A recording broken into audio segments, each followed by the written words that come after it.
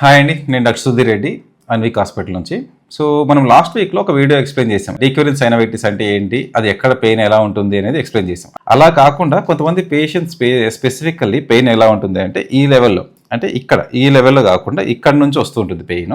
ఇది నుంచి వచ్చేసి థీనర్ ఎమినెన్స్ ఇక్కడ వరకు కూడా తిమ్మిరిలాగా, అంటే లైక్ సార్ ఇక్కడ చీమలు వాకినట్టు ఉంది నాకు, ఇక్కడ నుంచి ఇక్కడ వరకు కంప్లీట్గా ఫ్రీగా లేదు సార్, నాకు ఏదైనా పట్టుకుంటే కూడా గ్రిప్ స్ట్రెంత్ అనేది కూడా తగ్గుతుంది అనే కంప్లైంట్స్తో వస్తూ ఉంటారు.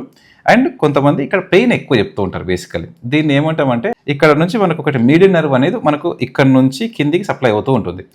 ఇక్కడ మనకి ఏమవుతుందంటే వ్రిస్ట్లో మనకు ఫోరంలో ఒక 2 ఎముకలు ఉంటాయి, ఇక్కడ 8 ఎముకలు ఉంటాయి.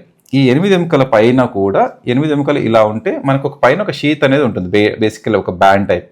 ఈ బ్యాండ్ కింద మనకు లిగమెంట్స్, అంటే ఈ చేతులకు వచ్చే ఈ లిగమెంట్స్, ఇట్లా నర్వ్స్ అన్నీ కూడా ఇటు సైడ్ వచ్చే లిగమెంట్స్ అన్నీ కూడా ఈ బ్యాండ్ కింద నుంచే వస్తూ ఉంటాయి.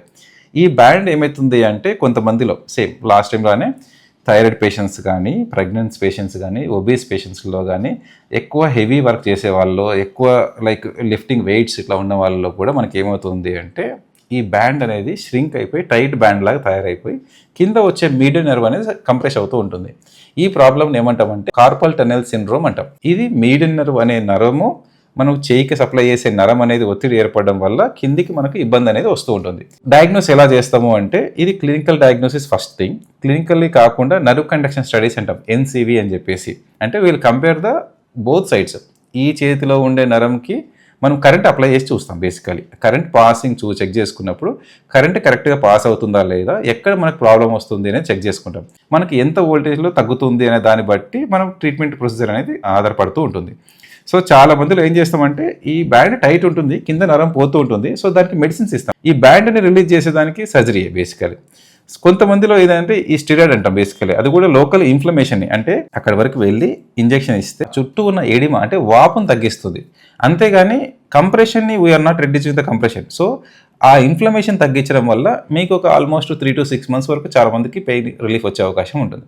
సార్ పర్మనెంట్ సొల్యూషన్ ఏంటి అంటే నర్వ్ కండక్షన్ స్టడీలో మీకు కన్ఫర్మేషన్ డయాగ్నోస్ వచ్చింది, ఇక్కడ నుంచి సప్లై చేసే నరం ఏదైతే ఉందో కంప్రెషన్ ఉంది అని తెలిసిన తర్వాత ఏం చేస్తామంటే సేమ్ ఇంతకుముందు మనం లాస్ట్ వీడియోలో ఒక సర్జరీ చేసి చూపించాం కదా, ఎట్లా అయితే మనకు లోకల్ అనస్థీషియా ఇచ్చేసి ఆ బ్యాండ్ని రిలీజ్ చేస్తాము, ఇక్కడ కూడా మనకి ఇక్కడ ఉన్న ఫ్లెక్సర్ రెటినాకులం అనే షీత్ని రిలీజ్ చేసేస్తాం. సో దట్ లోపల ఉన్న నరం అనేది కంప్లీట్ ఫ్రీ అయిపోతుంది. వన్స్ ఆ లిగమెంట్ నరం ఫ్రీ అయిపోయింది అంటే ఇక్కడ సప్లై చేసే తిమ్మిర్లు ఎవ్రీథింగ్ అన్నీ కంప్లీట్ ఫ్రీ అవుతాయి. బేసికలీ రిజల్ట్స్ ఆర్ డ్రమాటిక్, అంటే చాలా బాగుంటాయి యాక్చువల్లీ. బట్ ఎవరము కూడా ఫస్ట్ రోజే కత్తి పెట్టుకోవాలని కోరుకోము. చాలా వరకు మెడిసిన్స్ దీని ద్వారా, ఫిజియోథెరపీ, ఎక్సర్సైజ్ ద్వారా ట్రై చేస్తాము. అది కానప్పుడు this is the solution. Thank you.